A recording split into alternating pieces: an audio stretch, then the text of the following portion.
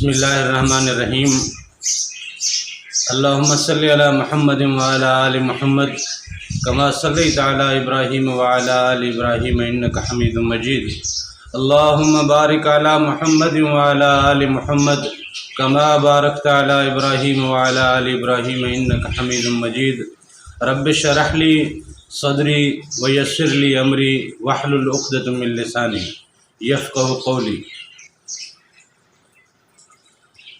السلام علیکم دوستو، میں ہوں ایک عام سا مسلمان فقیر معصوم وارثی۔ دوستو، کافی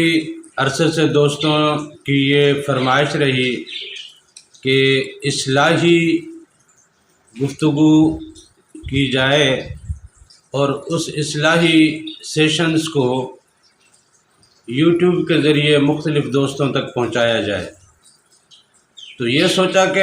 اصلاحی گفتگو اگر کی جائے تو کس حوالے سے اور کس انداز سے کس طرح کی جائے، کیونکہ یوٹیوب بھرا پڑا ہے، مختلف ادارے بھرے پڑے ہیں، مدارس بھرے پڑے ہیں، علماء کرام بھرے پڑے ہیں، اور سیاستدانوں کو دیکھیں وہ بھی، ہر بندہ کسی نہ کسی کے پیچھے لگا ہوا ہے اور اس سے وہ اپنا فیض لینے کی کوشش کر رہا ہے، لیکن جو فیض دے رہا ہے اس کا فیض معاشرے میں کچھ خاص نظر نہیں آ رہا۔ معاشرے میں برائیاں بڑھتی جا رہی ہیں، فقیروں کی خانقاہوں سے لے کے درگاہوں اور آستانوں سے لے کے مدرسوں کے علماء، اساتذہ اور طلباء سے لے کے مختلف دینی جماعتوں کے کارکنان اور ان کے عہدیداران اور ان کے ذمہ داران سے لے کے عام انسان تک، ہمارے معاشرے تک نیکی نہیں پہنچ رہی، نیکی کا رجحان نہیں بن پا رہا، نیکی کا ماحول نہیں بن پا رہا، اللہ کے اور اس کے رسول کے فرمان کو اپنی زندگی میں اور اپنے معاشرے میں نافذ نہیں کیا جا پا رہا، جبکہ ہر بندہ اس بات کو رو رہا ہے، ہر بندہ اس بات پہ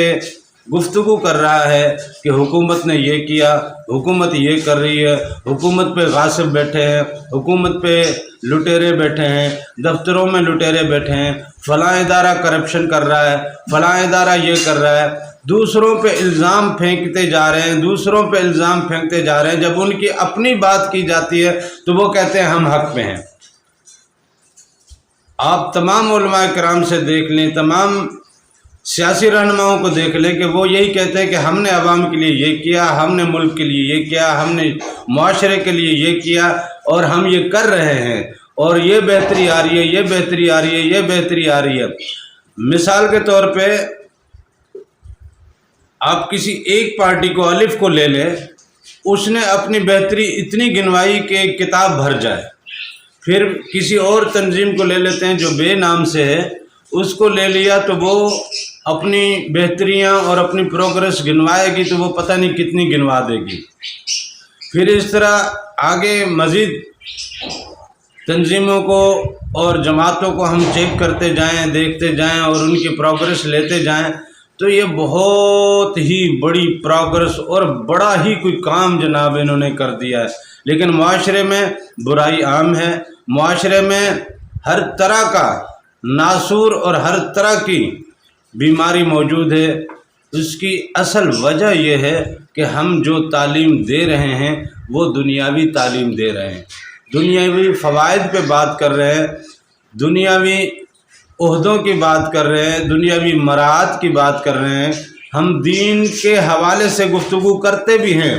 تو مراد ہماری پھر بھی دنیا ہوتی ہے، ہم آخرت کے حوالے سے بات کرتے بھی ہیں تو ہماری مراد پھر بھی دنیا ہی ہوتی ہے، اور یہ دنیا تو فانی ہے، یہ دنیا فانی ہے۔ اس فانی دنیا کو جب بھی آپ موضوع بحث لاؤ گے، اس فانی دنیا کو جب بھی آپ اپنے ذہنوں میں لاؤ گے، اس فانی دنیا کو جب بھی آپ اپنے ذکر میں لاؤ گے، اس فانی دنیا کے تاثرات اور اثرات آپ کی اس گفتگو پہ حاوی رہیں گے، لہذا آپ کو نورانیت والا پہلو نہیں ملے گا۔ نورانیت کا پہلو ہی معاشرے میں درستگی کا باعث بنتا ہے، نورانیت کا پہلو ہی معاشرے کی اصلاح کرتا ہے، افراد کی اصلاح کرتا ہے، اس کے بغیر اصلاح ممکن نہیں ہے۔ لہذا ہمارے اس سیشن میں نورانی موضوعات سے متعلق گفتگو ہوتی رہے گی، اور میں کوشش کروں گا کہ تمام مذہبی جماعتوں کے ارکان کو بھی اس میں شامل رکھوں،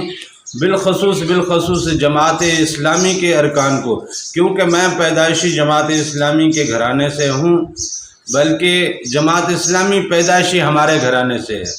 سید ابوالعلا مودودی رحمۃ اللہ علیہ نے جب اس کی بنیاد رکھی تھی تو اس کی بنیادی ارکان میں سے، ابتدائی 40 ارکان میں سے تو نہیں، لیکن بنیادی ارکان میں سے میرے نانا حضور بھی شامل تھے، اور سندھ کی تاریخ کے وہ پہلے رکن جماعت رہے ہیں۔ تو آج سندھ میں جماعت اسلامی کی جتنی بھی جڑیں ہیں، جماعت اسلامی کا یہ درخت کتنا بھی بڑا ہو گیا ہے، اس درخت کا بیج ہمارے گھر سے نکلا ہے، یہ پودا ہمارے گھر سے ہم نے شروع کیا، آج یہ پورے سندھ میں پھیلا ہوا ہے۔ لہذا جماعت اسلامی کے ارکان، جماعت اسلامی کے ممبران، جماعت اسلامی کے کارکنان کی اصلاح کے حوالے سے بھی روحانی پہلوؤں کو میں ذکر میں لاؤں گا، اور اللہ تعالیٰ سے دعا ہے کہ اللہ تعالیٰ میرے اس گفتگو کو اپنے کرم سے اس کے اندر کی روحانیت اور نورانیت کو لوگوں کے دلوں اور ان کے سینوں میں منتقل کرنے کا بندوبست رکھے اور اپنا کرم رکھے۔ باقی میں جیسے کہ اپنا تعارف کرا چکا ہوں کہ میں فقیر معصوم وارثی، تو میں وارثی سلسلے سے ہوں۔ جماعت اسلامی میں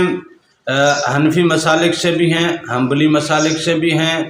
اور اپنا شافعی مسالک سے بھی ہیں۔ اس لیے جماعت اسلامی مختلف مسالک کی مشترکہ ایک ایسی جماعت ہے جو کہ صرف اور صرف کلمے کی بنیاد پہ کام کرتی ہے، اور سب کو کلمے کی بنیاد پہ جوڑتی ہے اور جمع کرتی ہے۔ اور ایک اور وجہ بھی ہے کہ جماعت اسلامی نے حال ہی میں علماء اور مشائخ کا ایک فورم بھی ترتیب دیا ہے، اس کی بھی بنیاد یہی ہے کہ تاکہ امت کو یکجا کیا جا سکے، امت کو ایک پلیٹ فارم پہ لایا جا سکے، امت کے اندر نیکیوں کو پروان چڑھایا جا سکے، امت کے اندر اللہ اور اس کے رسول کے محبت اور عشق کو بیدار کیا جائے، تاکہ ہماری روحانیت اس معراج کو پہنچ سکے جس معراج سے خلافت کے سلسلے شروع ہوتے ہیں۔ جب اللہ تعالیٰ نے ہمیں خلیفہ بنا کے بھیجا ہے تو اس خلافت کا منصب ہمیں ہر حال میں ادا کرنا ہے۔ ہم دنیا میں کتنے بڑے لیڈر بن گئے، ہم دنیا میں کتنے بڑے کارنامے کر گئے، ہمارے کارنامے، ہماری لیڈرشپ کسی کام کی نہیں ہے اگر ہم نے اللہ کی خلافت کا حق ادا نہیں کیا، اگر ہم نے اللہ کی خلافت کے معاملات کو نہیں سمجھا اور نہ سنبھالا۔ خلافت دو قسم کی ہوتی ہے، ایک ہوتی ہے مجاہدے کی خلافت، ایک ہوتی ہے مشاہدے کی خلافت۔ اور جو مجاہدے کی خلافت کرتے ہیں انہوں نے جہاد کیا ہے، انہوں نے کتب لکھی ہیں، انہوں نے اذہان بدلے ہیں، انہوں نے مجاہد تیار کیے ہیں، انہوں نے حق و باطل کے مارکوں میں حق کو فتح دلائی ہے، اور امت مسلمہ کو روئے زمین کا بادشاہ بنانے کے لیے مکمل کردار ادا کیا ہے، اور انہوں نے اس روئے زمین پہ بادشاہی لے کے اللہ اور اس کے رسول کے احکامات کو اور اس کی روایات کو، اس کی شریعت کو اس روئے زمین پہ نافذ کرنے کی مکمل کوشش بھی کی ہے اور نمونے بھی پیش کیے ہیں۔ لہذا ایک دوسری خلافت ہے جو ہے مشاہدے کی، اور مشاہدے کی خلافت جو ہے وہ فقراء لوگ، وہ اولیاء لوگ، وہ آستانوں سے، وہ درگاہوں سے، وہاں سے یہ اس خلافت کا سلسلہ چلتا ہے، اور بہت ساری جگہوں پہ انہوں نے بہت سارے کارہائے نمایاں سر انجام دیے ہیں۔ اس پہ ہم گفتگو کریں گے اور آگے انشاءاللہ یہ موضوعات چلتے رہیں گے۔ امید ہے آپ ہمارے اس چینل کے ساتھ جڑے رہیں گے، ہماری اس تدریسی سیشن کے ساتھ جڑے رہیں گے۔ انشاءاللہ ایسی بہترین اور نایاب روحانی گفتگو آپ کے سامنے رکھیں گے جو آپ کے دلوں کو گرمائے گی، آپ کے سینوں کو منور کرے گی، آپ کے اندر نورانیت بیدار ہوگی اور آپ نورانی جلووں کے دیدار میں اور نورانی دنیا کی سیر میں آپ مست ہوں گے۔ وہاں سے آپ جس خلافت کی ذمہ داری لے کے جب پھر دوبارہ اپنے معاشرے میں آپ اپنے کارہائے زندگی میں آپ جب رواں ہوں گے تو وہ نورانیت اور وہ روحانیت آپ کے ہر پہلو میں انشاءاللہ اس کا عکس نظر آئے گا، اور اس کا انشاءاللہ آپ کو اور آپ جہاں جہاں تک اس نور کو پھیلانا چاہیں یہ پھیلائیں۔ یہی خلافت ہے، اسی خلافت کے لیے ہمیں چنا گیا ہے، اور اسی خلافت کی ذمہ داری کو سنبھالنا ہم سب کی ذمہ داری ہے۔ جزاک اللہ۔